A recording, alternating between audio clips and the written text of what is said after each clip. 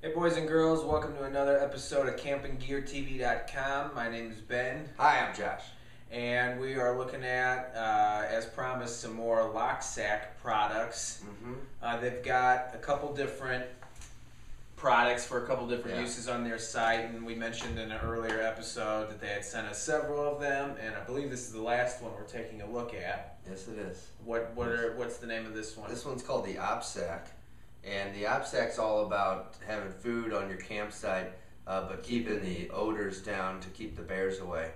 So the main selling point of the OPSAK is the whole concept of putting something in this bag, food that you haven't cooked yet, or maybe it's food that you have cooked but you're just saving it for the morning, and then keeping the odors from getting out of the bag and attracting bears. So it's or any other animal. Or raccoons.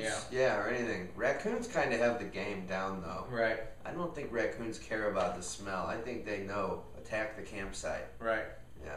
So the OPSAK is actually it's got a hermetic seal, so it's totally airtight, and it traps all odors inside the bag. It's got an FDA approved medical grade material, and the main thing that keeps the odors out is the tensile strength rated to 3720 psi's. Tensile strength. Yeah. Yes. That's what I look for when I'm looking at my food protection bags. This kind of just looks like a giant Loksak, the bag that looked that way back when.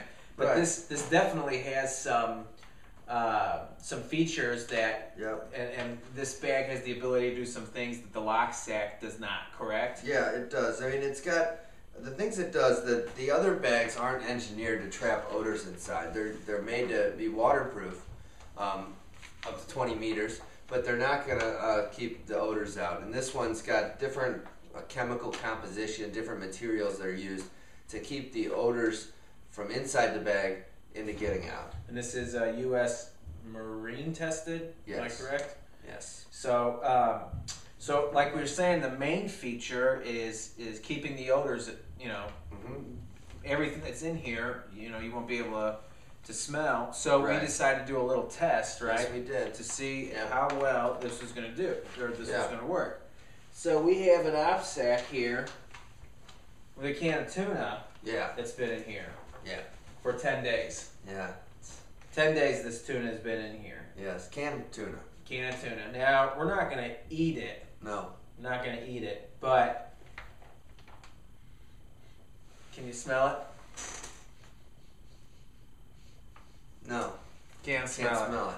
And I'm not going to lie to you. First of all, when we're done shooting this episode, this bag's going straight in the trash because it's tainted.